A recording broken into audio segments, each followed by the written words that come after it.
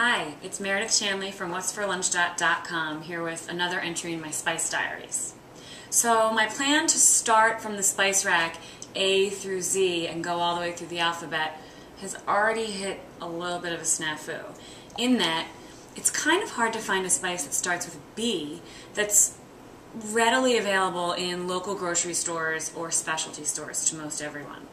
And as I was racking my brain and thinking and trying to come up with something, I happened to look at this, my trusty pepper mill, and thought, of course, you moron. Black pepper is a spice that is so widely used in so many different cuisines that we all probably have in our pantry and use pretty much every day, that sometimes we forget that it's even really a spice. We almost become desensitized to black pepper, if you will. Black pepper is actually a native to South India, where much of it is still produced today, but as early as the early Roman Empire, it was used in European cuisines and sort of traveled and made its way around the world. Medicinally, it's used to treat everything from constipation to lung disease to liver disease, and of course, as we all probably know, it's been known to cause sneezing. In the Middle Ages in Europe, it was extremely expensive and considered a real luxury item. And it was actually used heavily on meats to cover the taste of rancid meat, which is kind of gross, and which I won't be doing today. It's used pretty much, like I said, in every cuisine you can think of. And it's usually used in conjunction with a million other spices, so we sort of forget that it's there. Today, I'm actually going to use it in a recipe that features pepper and pepper alone as the only spice. Steak au poivre. It's a classic bistro recipe. We've probably all had it before, and it's incredibly warm and comforting and rich and easy to make and perfect for this time of year. So, without further ado, let's check it out in there. So usually, most people use black pepper, which is already ground, or what I prefer, use whole peppercorns in, like I showed you before, a pepper mill. Simple as that. They actually look like the little BBs that the kid from A Christmas Story uses in his Christmas BB gun. What we're going to do today is throw them in this Ziploc bag, and we're going to pound them. We want a really thick grind, thicker than most pepper mills will allow you. So, because we're going to coat the steak with it, because we really want that nice, full, peppery flavor. So this is actually a great way to get some aggression out, too. You can either use a meat mallet or this back part of a small saute pan. I don't have as much room here to pound away with this, so I'm going to use the meat mallet, but by all means, you use what you need to use. So again, sort of think of this as your way to vent for the day. Like, for example, that's for the teacher who told me I'd never amount to anything. That's for the guy in 7th grade who told me I had a mustache.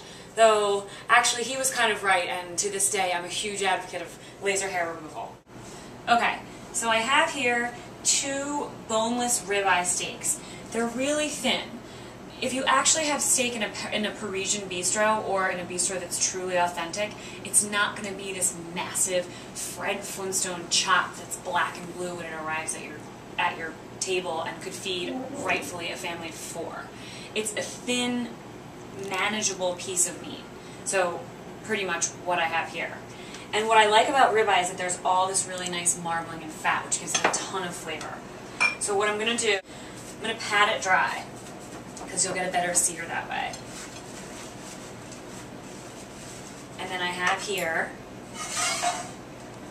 my very coarsely crushed black peppercorns, which I'm going to use right after I salt it really well.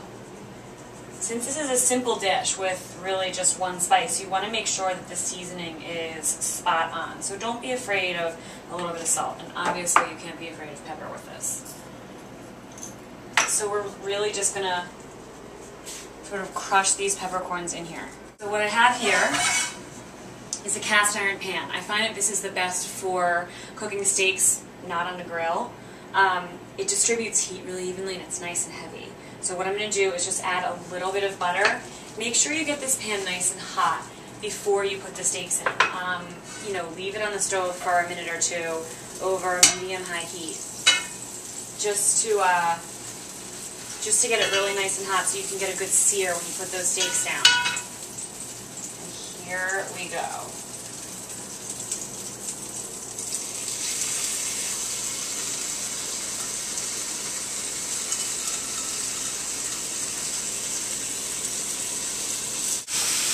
So our steaks are pretty much done. I've done them for about 3 to 4 minutes per side, maybe even a little less than that.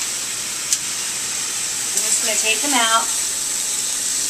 There's something so good about a steak that's cooked in butter. So I'm just going to take them off the pan and throw them in a 200-degree oven just to keep them warm while I make my sauce. So, into this, I'm again just going to put a little bit of butter. Let that melt. And see how all those peppercorns sort of came off the steak a little bit? So they'll not only flavor our steak, but they'll flavor our sauce too. I'm going to put in 1 small shallot, diced up. And I'm going to let that caramelize and brown. So it's picking up all of those really nice steak juices and the brown bits and the pepper. Just going to season that up. You want to really try and layer your seasoning. So each individual component of the dish needs to have its own seasoning. Otherwise, it's not all going to taste great. The next thing I'm going to do is add some brandy. Finest French brandy, to be exact, which costs a whopping $12.99 at the local liquor store. One thing you always want to remember is to take your pan off the heat before you pour any kind of alcohol in there, because alcohol is very flammable and you have an open flame. So I added my brandy and just let it reduce. It takes about 2 to 3 minutes. Just be patient. You basically want it reduced to the point where it's syrupy and only covering a little bit of the pan. And then what I'm going to do is add about a half a cup of half and half. Same deal here. Just let it simmer and reduce for a couple minutes. So my steaks are out. I'm just going to pour the residual juices into my sauce. Give it a good stir. Again, just keep letting it reduce till it's nice and thick. So my sauce is ready, and the best way you can tell is if you take the back of the spoon and draw a line through it. See how it holds that nicely? That means it is ready to go and be poured over my gorgeous steaks. So you want to make sure you get all those shallots, all that yummy sauce. Now, I'm serving these with scalloped potatoes for, you know, a light diet-friendly meal. It would also be great with a crusty baguette to sop up all those extra juices. So here you have it, steak au poivre. I'm going to take a bite. It's beautifully pink. See? It's perfect. It's so good and spicy. Perfect for the holidays. You try this one and make sure to come back for the next entry of my Spice Diaries. Thanks.